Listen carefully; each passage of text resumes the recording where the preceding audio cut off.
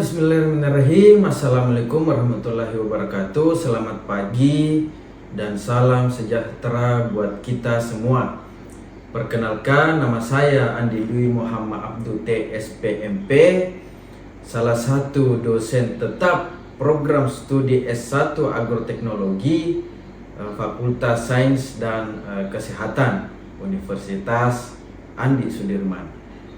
Bidang keilmuan saya adalah agronomi, konsentrasi pemuliaan tanaman, video pernyataan diri dosen unjuk kerja Tridharma Perguruan Tinggi atau PDD UKTPT. Bidang pengajaran saya menerapkan DIA, Delivery Interaction Assessment. Saya memberikan berbagai sumber media pembelajaran agar mahasiswa dapat belajar secara mandiri melalui e-book dan beberapa sumber lainnya. Pengajaran ini saya juga menerapkan secara online seperti menggunakan Zoom dan Google Meet. Pembelajaran tatap muka dilakukan di ruang kelas agar capaian pembelajaran terpenuhi yang telah ditetapkan. Sementara itu, evaluasi pembelajaran ini saya memberikan penugasan seperti membuat artikel ilmiah, kuis, dan menganalisis studi kasus agar dapat mengukur tingkat pemahaman mahasiswa secara objektif. Salah satu mata kuliah yang saya ampu adalah mata kuliah rancangan percobaan dengan bobot 3 SKS, 2 SKS teori, dan 1 SKS praktikum di program studi agroteknologi ini. Adapun deskripsi mata kuliah ini adalah bagaimana mahasiswa belajar tentang ruang lingkup rancangan percobaan, di mana rancangan percobaan ini adalah faktor tunggal yang meliputi rancangan acak lengkap, rancangan acak kelompok, rancangan Latin square, rancangan percobaan faktorial, dan pembanding rata, yang dimana adapun pencapaian pembelajaran mata kuliah yang biasa disebut dengan CPMK, yaitu yang pertama adalah mahasiswa mampu memahami konsep dan kegunaan rancangan percobaan dalam penelitian. Yang kedua, mahasiswa mampu memahami dan menggunakan rancangan percobaan 1 faktorial. Yang ketiga, mahasiswa mampu mengaplikasikan uji lanjut dalam statistika. Yang keempat, mahasiswa mampu memahami dan menggunakan rancangan percobaan 2 faktorial. Dan yang terakhir, yang kelima adalah mahasiswa mampu memahami berbagai macam rancangan percobaan lain dalam penelitian. Selanjutnya, dari 5 CPMK ini terbagi menjadi 15 sub CPMK, yang dimana sub CPMK 1 itu adalah mahasiswa memiliki pemahaman tentang tujuan ruang lingkup materi, strategi, dan evaluasi perkuliahan. Di dalam sub CPMK 1 ini sudah termasuk memahami dan menyepakati kontrak kuliah. Yang kedua, sub CPMK 2, mahasiswa mengetahui dan memahami ruang lingkup dalam rancangan percobaan. Sub CPMK 3, mahasiswa mampu memahami dan menerapkan rancangan acak 1 faktorial, yang dimana biasa disebut dengan rancangan acak lengkap. Sub CPMK 4, mahasiswa memahami dan dapat menerapkan rancangan acak 1 faktorial, rancangan bujur sangkar Latin, yang biasa disebut dengan RBSL. Sub CPMK 6 dan 7, mahasiswa mampu memahami dan menerapkan analisis uji lanjut rancangan percobaan 1 faktorial. Dan masuk ke paruh kedua, yaitu sub CPMK 9, mahasiswa mampu memahami dan menerapkan rancangan percobaan 2 faktorial.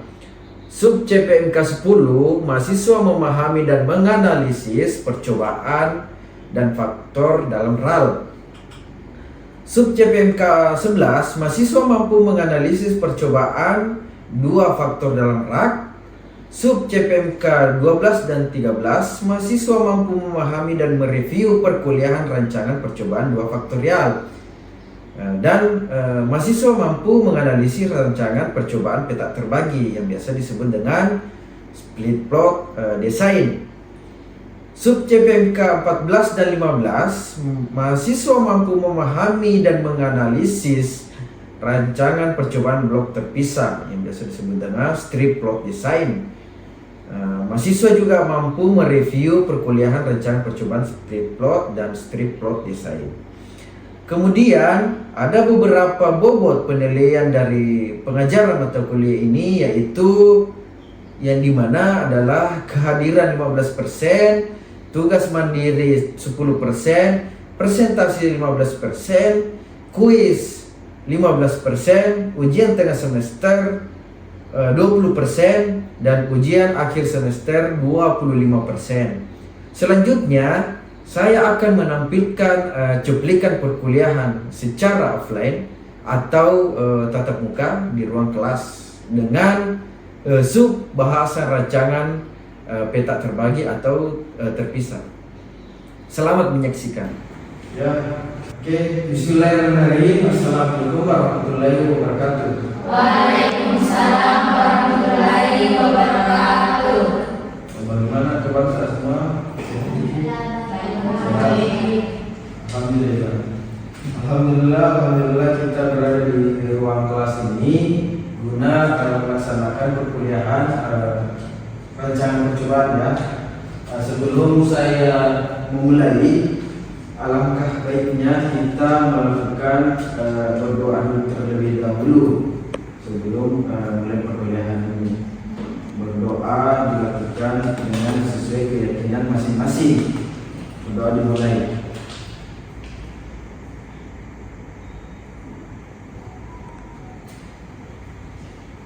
Ya, selesai. Sebelumnya memulai perkuliahan, saya absen dulu ya. Jadi yang pertama, Dindi, Ayunda, Arumi, Ayla, Alfitra, Yara, Febri. Oke. Kemudian yang mau kita bahas di perkuliahan ini adalah rancangan peta terpisah yang biasa disingkat dengan FPT, yang biasa disebut dengan split plot design, yang dimana rancangan ini dilakukan dengan minimal dua faktor ya. Jadi ada beberapa macam rancangan dua faktorial faktor itu adalah yang dimana F2F faktorial dua faktor, rancangan peta terpisah, dan rancangan peta terpisah FPT. Kalau yang biasa disebut dengan F2F. Kalau FPT itu rancangan peta terpisah, jadi terbagi. Kalau F2F itu tidak terbagi, tetap sama perlakuannya, tetapi menggunakan dua perlakuan juga. Itu yang seperti saya jelaskan minggu lalu. Kemudian rancangan peta terpisah ini atau terbagi adanya tingkat ketelitian dari setiap faktor, dan ada dua faktor FPT itu yang dimana peta utama dan anak peta. Peta utama itu biasa disebut dengan main plot, sedangkan anak peta itu biasa disebut dengan sub plot. Sila daripada rancangan peta terpisah. Kemudian main treatment itu adalah faktor yang dicobakan dengan ketelitian yang lebih rendah, sedangkan sub treatment itu faktor yang dicobakan dengan ketelitian yang lebih tinggi.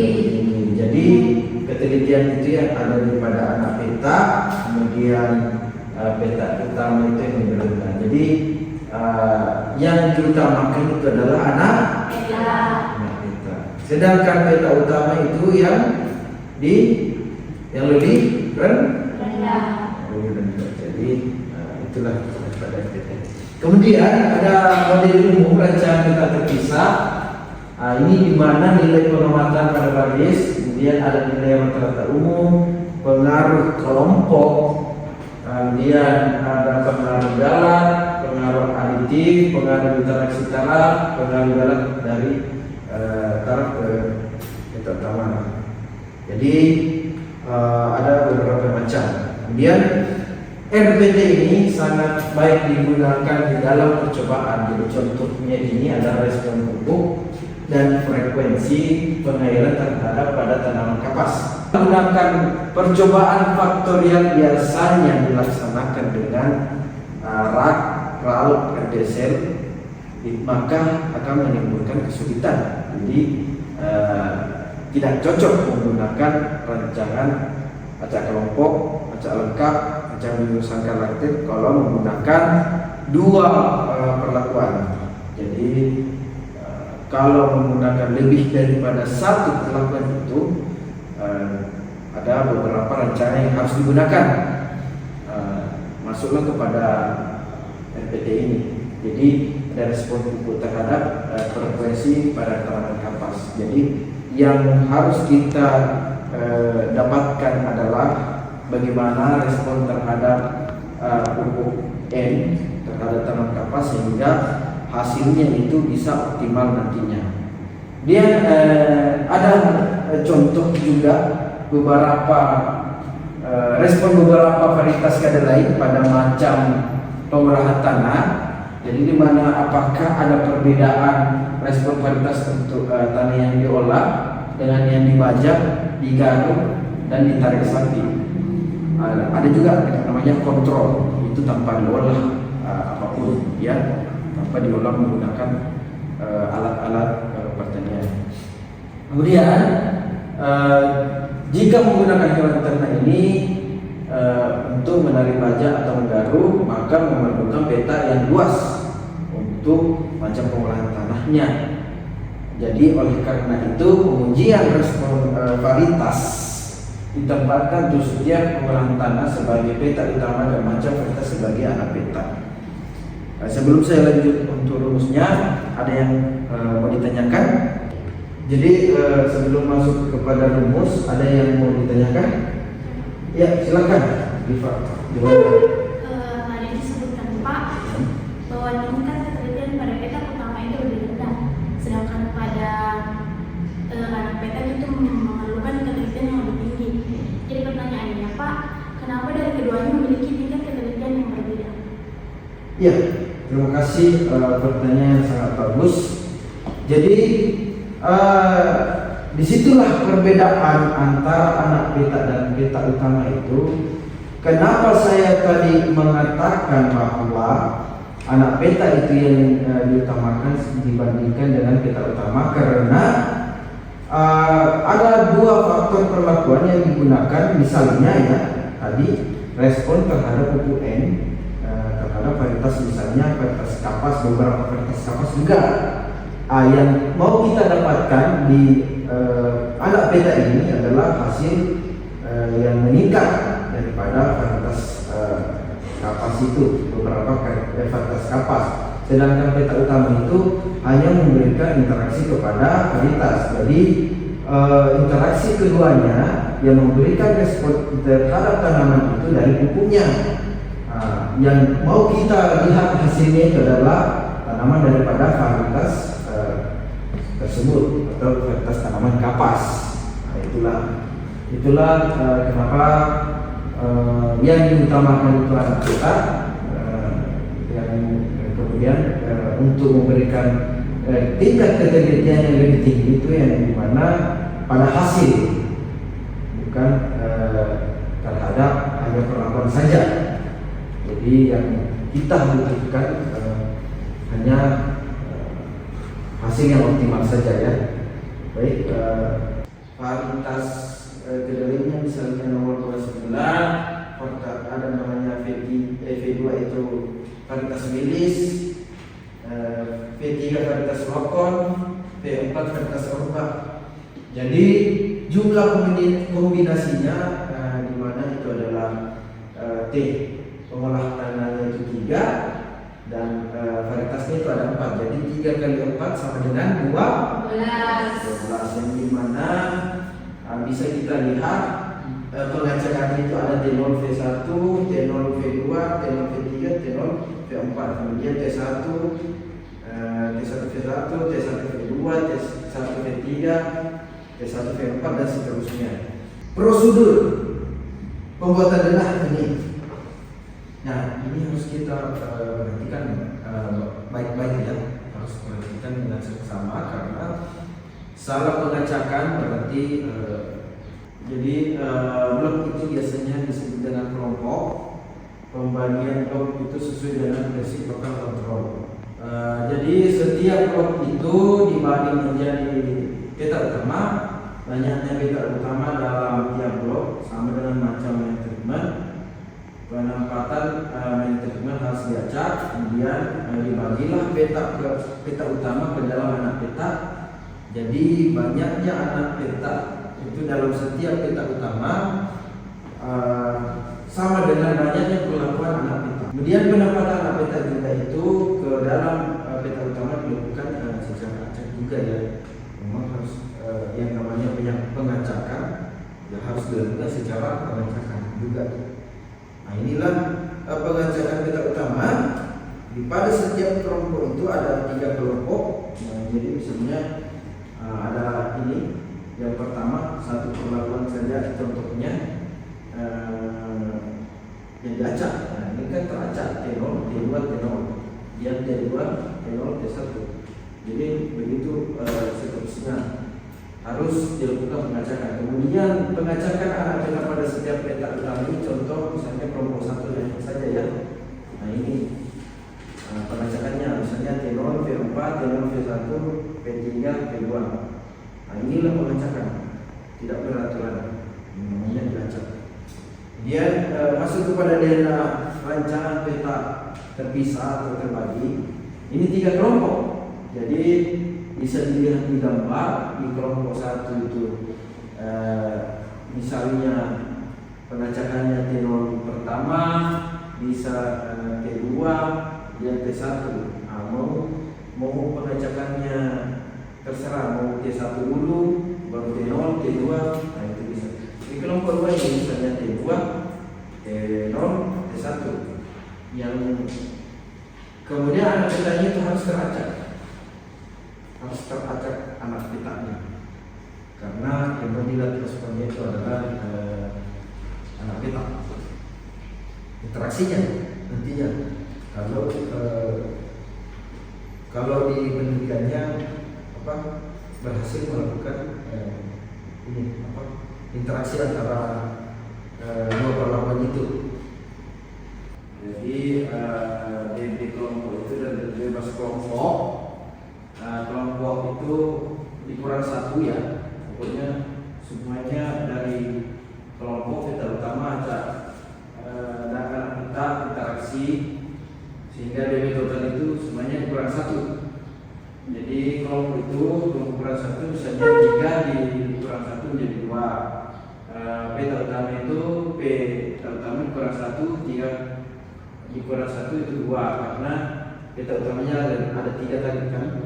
Kemudian acaknya itu derajat bebas acak itu didapatkan daripada kelompok dikali PU ini yang 2 ini. 2 kali 2 sebenarnya 4. Nah ini dikalikan. Kalau anak petanya tadi ada 4 ya, 4 kuantitas dikurang 1 menjadi 3. Kemudian DB interaksi itu jadi peta utama dikalikan dengan anak peta. Jadi hasilnya daripada ini 2 dikali 3 sama dengan 6. Dia ada DB total yang dimana nilai R itu dikali PU dikali dengan anak peta dikurang 1 sama dengan R itu adalah nilai daripada anak peta, kemudian dikali 3, kemudian dikalikan 4 itu hasil daripada acak ya dikurang 1 sama dengan 35. Kemudian dari darat derajat bebas gawat ya yang dimana DB total ini kurangkan dengan DB lainnya, misalnya 35 kurang 2 kurang 2 kurang 4 kurang 3 kurang 6 sama dengan 18. Jadi FK itu artinya adalah tensi. Jadi ada beberapa ada rumusnya ini yang bisa kalian lihat, yang dimana dalam total dikali dengan N kali P. Apa itu N? Dapat di mana? N dapat di anak peta dikalikan dengan 12. Jadi sama dengan 78 sekian. Dan jika kelompok apa itu jika? Jumlah kuadrat. Nah, ini ada beberapa rumus yang bisa kalian lihat. Kemudian jika peta utama ini apa? T itu adalah kekuatan tanah dibagikan dengan N kali B, varitas ya, dikurang dengan FK.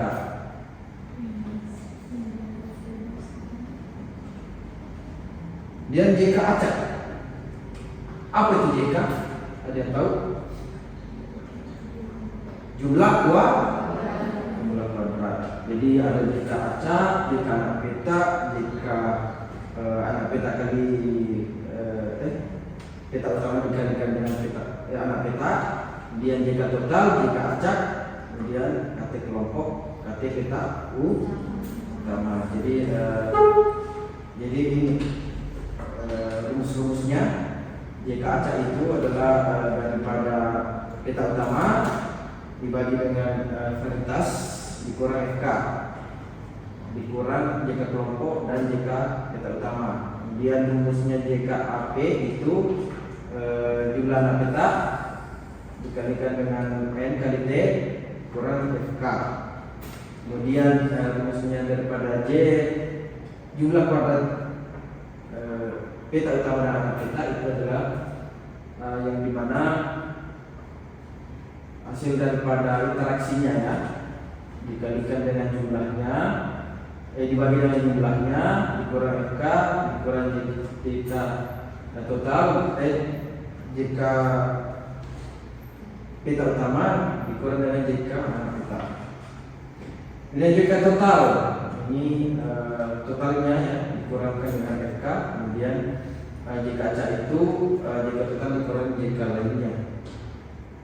Ada apa itu KT?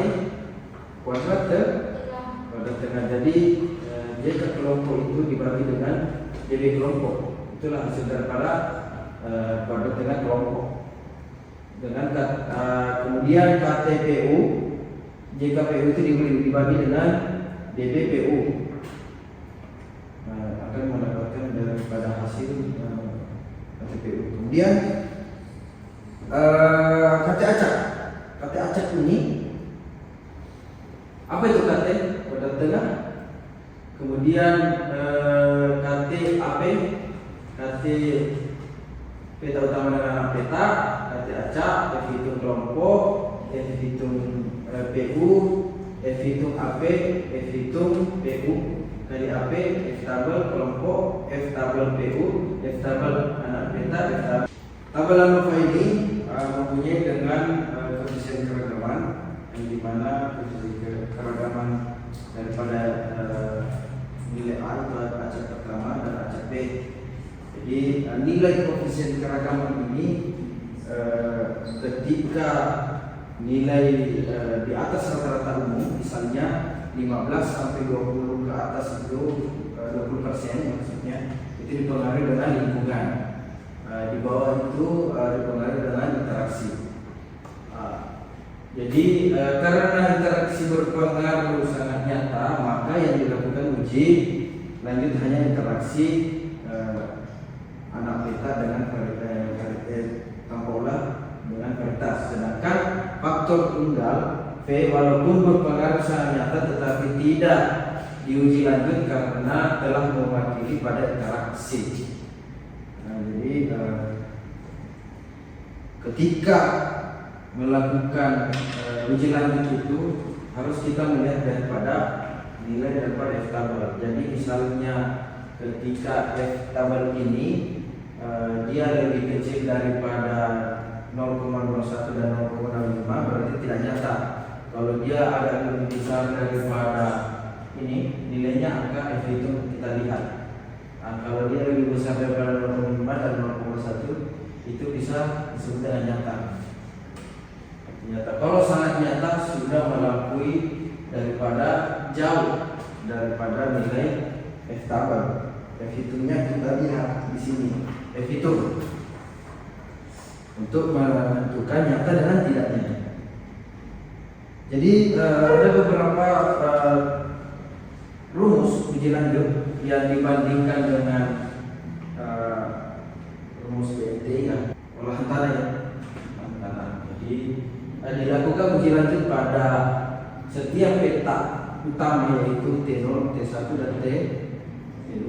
Selanjutnya uji lanjutan dilakukan pada setiap anak peta yaitu V1, V2, V3 dan V4. Kemudian hasil uji lanjutnya itu dipindahkan ke tabel uji lanjut di halaman selanjutnya.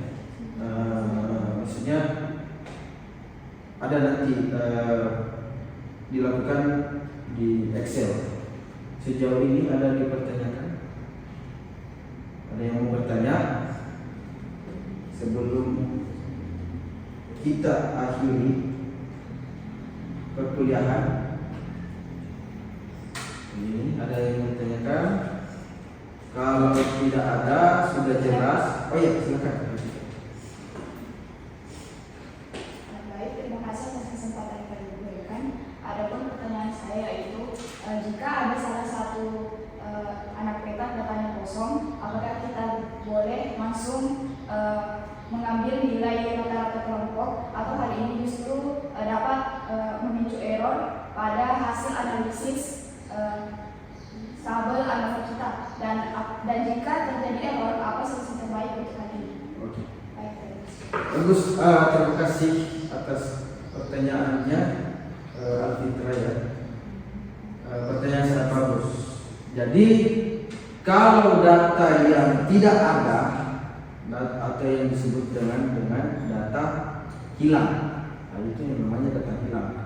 Kita harus analisis dulu. Kenapa misalnya datanya hilang? Apa yang terjadi?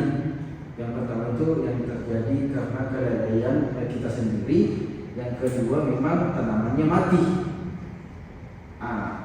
Disitulah kalau misalnya ada tanaman mati berarti untuk diambil rata-ratanya itu bisa tetap diambilkan rata-rata, tetapi hanya terbagi terbagi dua, tidak bisa terbagi tiga. Jadi yang namanya untuk nilai error itu tidak didapatkan, tetapi hanya langsung didapatkan di rata-rata saja. Jadi untuk mendapatkan nilai yang hilang diambil daripada dirata-ratakan saja. Makanya kita harus menggunakan 3 kelompok, tidak hanya 2 saja. Karena kalau 2 saja hilang satunya tidak bisa dirata-ratakan.